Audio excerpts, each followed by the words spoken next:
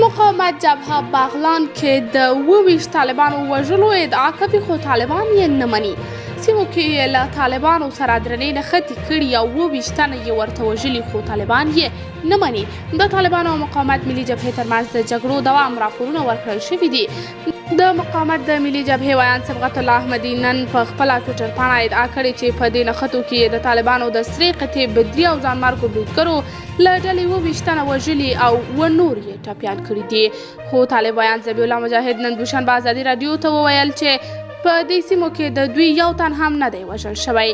هغه وویل د تلفاتو اړوند له اختر وروسته چې کومه څېړنه ما کړې او څومره معلومات ما راټول کړي هلته یو تن هم نه دی تلف شوی، نه تلفات ډېر شوي او نه هم پېښ شوي دي.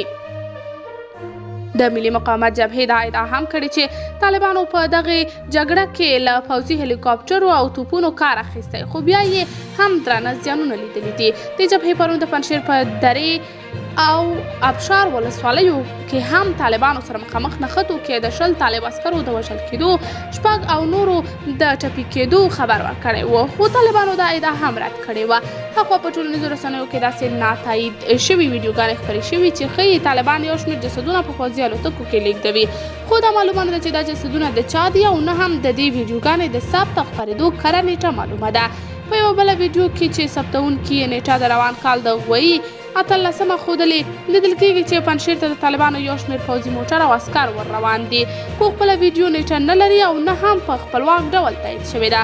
اوس پوښتنه دا ده چې جګړه نه وي روانه د طالبانو دا لوی پوځي کاروان د څه لپاره دې ولایت ته لیږل کېږي. د طالبانو ویان ذبیح الله مجاهد ویل په پنجشیر کې موږ له ډېر پخوا راهیسې غونډونه لرو، قوې بدلیږي را بدلیږي، هغه کسان چې هلته دي هغوی راځي په عوض کې نور کسان ځي.